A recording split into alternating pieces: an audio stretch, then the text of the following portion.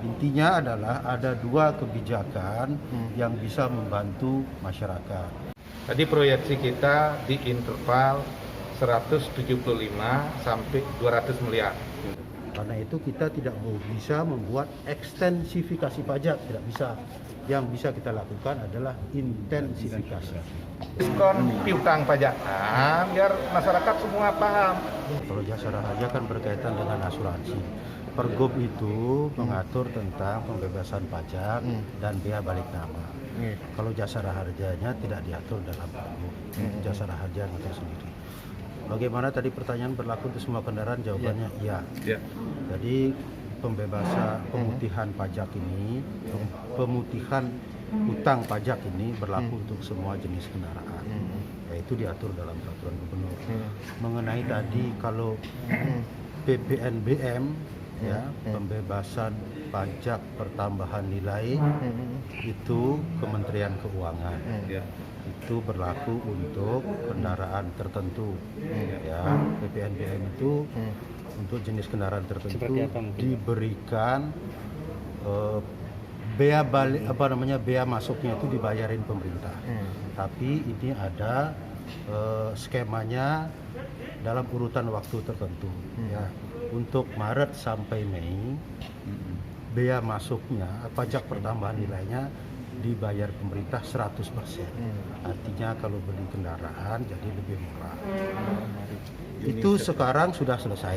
Ya, selanjutnya Juni, Juli, Agustus, 3 bulan lagi ini diberikan 50% dari pajak pertambahan nilainya.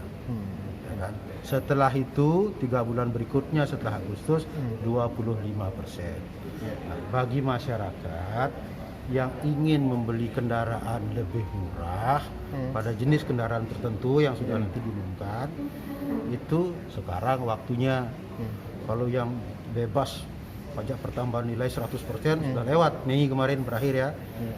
Itu memang menyebabkan harga kendaraan jadi jauh lebih murah. Nah, sekarang 50%, tetapi masih diberikan kemudahan 50%.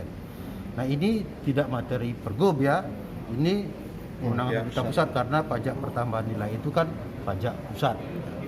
Intinya adalah ada dua kebijakan yang bisa membantu masyarakat.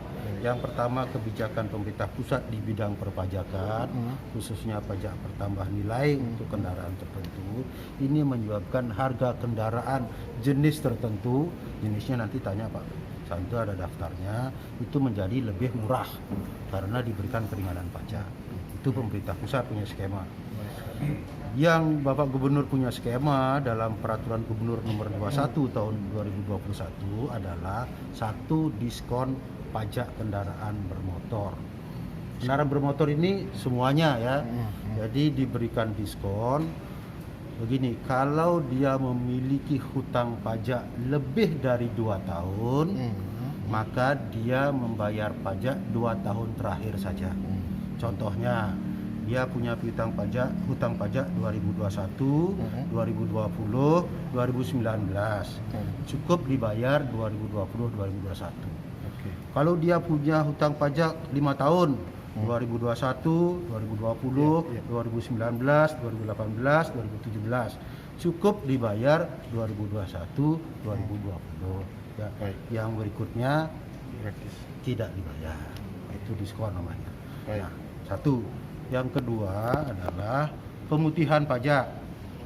Bagi warga masyarakat yang belum membayar pajak kendaraan bermotor 1 tahun terakhir, tahun ini, ya misalnya dia kan bayar pajak harusnya Januari kemarin, atau Februari, atau Maret, tapi sekarang belum bayar, kan terutang dia, maka tahun ini diputihkan.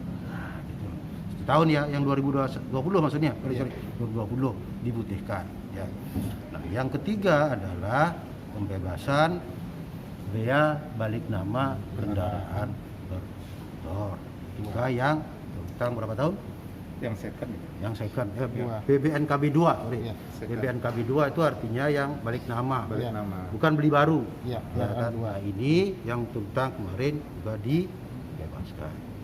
Artinya kalau 2 tahun lalu beli kendaraan dari orang lain, Ya. sekarang mau balik nama, kemarin belum balik nama, ya sekarang balik nama, maka tidak dikenakan dia balik nama. Bebas. Tapi pajaknya ya, Bayar. dia balik namanya yang tidak. Ini biar clear ya. Karena itu kita tidak bisa membuat ekstensifikasi pajak, tidak bisa. Yang bisa kita lakukan adalah intensifikasi. Ya. Oke ya. Ada proyeksi sedikit Pak, proyeksi dari pajak ini dari proyeksi dari pendapatan mungkin dari pajak berapa kira-kira Dua proyeksi kali lipat mungkin. proyeksinya? Oh gitu, Berapa maksudnya nanti? kalau diberlakukan pemutihan, Ya, diskon ya, ini, diskon dan- kira-kira berapa potensinya Pak kalau Anda yang jawab? Sebenarnya ke sini Double Pak. dan lebih Ke sini, cuman karena ada saya naiknya ke sini. Oke, yang ini jawab ya. Cukup ya. Tadi proyeksi kita di interval 175 sampai 200 miliar.